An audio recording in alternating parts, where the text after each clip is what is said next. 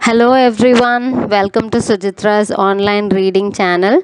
Today I'm going to tell you a scary and a sad story, but with a very happy ending by Gigi York, the Stoneberry family. Stop!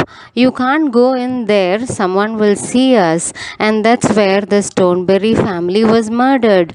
Come on, Anne, if you are not scared, said Todd. Okay, fine, I will go, but if anyone sees us and my mom finds out, she will kill me. No one will see us. Go in, Anne. Now come on. Up the old cracked stone steps we went while looking at the old run-down house. Try and open the door, Anne. It's stuck, Todd. Then let's try the back door, he said. Fine, but if it is not unlocked and won't open, we are leaving. Okay, sure, he said. Todd and I then ran behind the old house, behind the big old oak trees. This time, Todd ran up the stone steps to the old door and was trying to open it. I got it opened, he said, so I followed him slowly inside the old run-down house. I walked up to an old painting. It was the Stoneberry family painting. It was a kind of creepy. There was blood all over the walls in the kitchen. Look at this old sword, said Todd. Please put it back, Todd. We don't need to put our hands on anything that is not ours. Come on, who is going to care for the dead family that was murdered here? Yeah, I don't think they will mind if they are dead.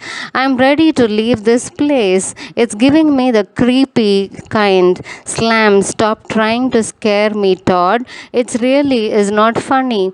And that was not me, I promise. I'm starting to get creeped out to let's go.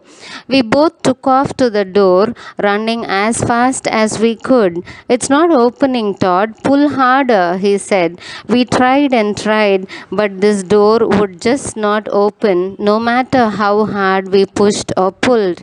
Let's try the front door, Todd. Okay, come on.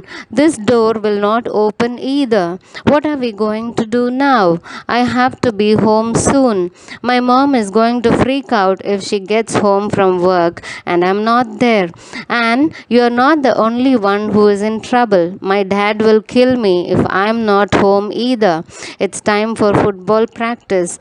Okay, we can figure something out. We still have time, just not much. Let's look around for anything we can use to try and get the door open. I agree, I said. We both split up to look for something to use. Todd, come here. What is it? And did you find something to use? Todd, I yelled. He came running. He stood there beside me with no words to say. I started to cry. Then Todd read it out loud, what looked like paint on the wall with blood that said, "You are next."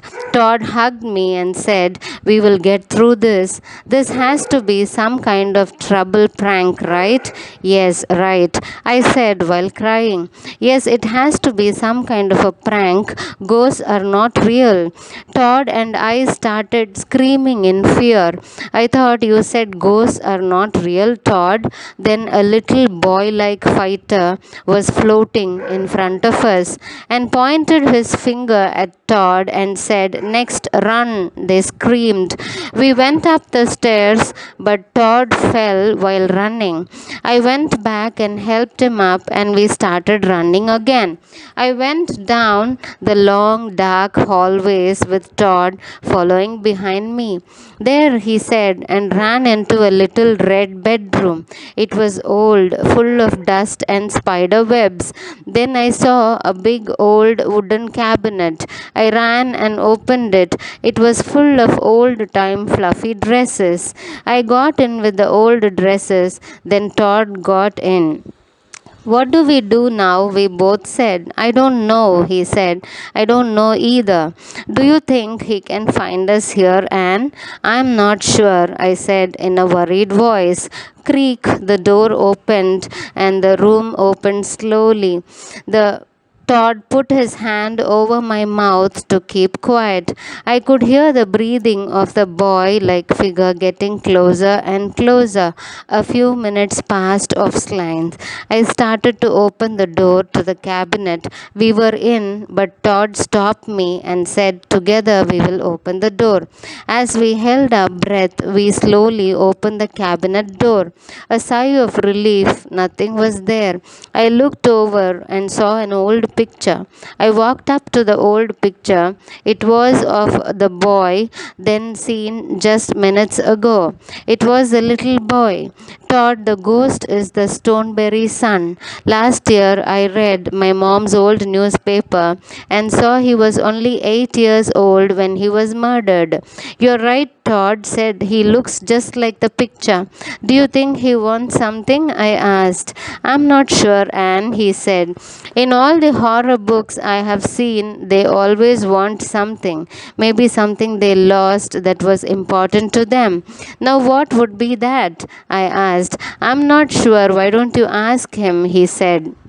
That's a good idea, I said. Hey, now, I was joking. Are you crazy? Are you trying to die? No, Todd. That's why we need to find out what he wants. Okay, let's go find the boy and try and find out what he is looking for. We can leave this horrible place, I said. We opened the door to leave the old little red bedroom. We started to walk down the stairs to the room where we first saw the boy. Out of nowhere, the boy appeared. What do you want, you ghost? I said in a shaky voice but loudly. The boy was still in silence. We were all silent for a few more minutes. The boy said, I wanted to know what happened to my family that night. I was asleep. I can tell you about that night if you will let us leave after. Do we have a deal? I asked. Deal, the boy said. That night a man came into your house while you and your family were asleep. The man smothers you with a pillow while you were fast asleep. After that, he went into your mother's and father's room and stabbed your dad 24 times and your mother 18 times. I'm sorry, I told the boy, but that's the truth. Will you please let us back to our families now? Todd asked scarily. You can leave now, the boy said. Thank you, me and Todd both said relievingly. Hang on, said the boy. My heart dropped in fear as the boy came closer to us. Can you come back and see me? I'm always scared to be alone in this big house. Sure, yes, we will come back to visit you as long as you don't scare us next time. After that day, Todd, Anne, and the boy were all friends and they went and saw him all the time. That's for today. Thank you. Bye bye. See you. This is Sujitra.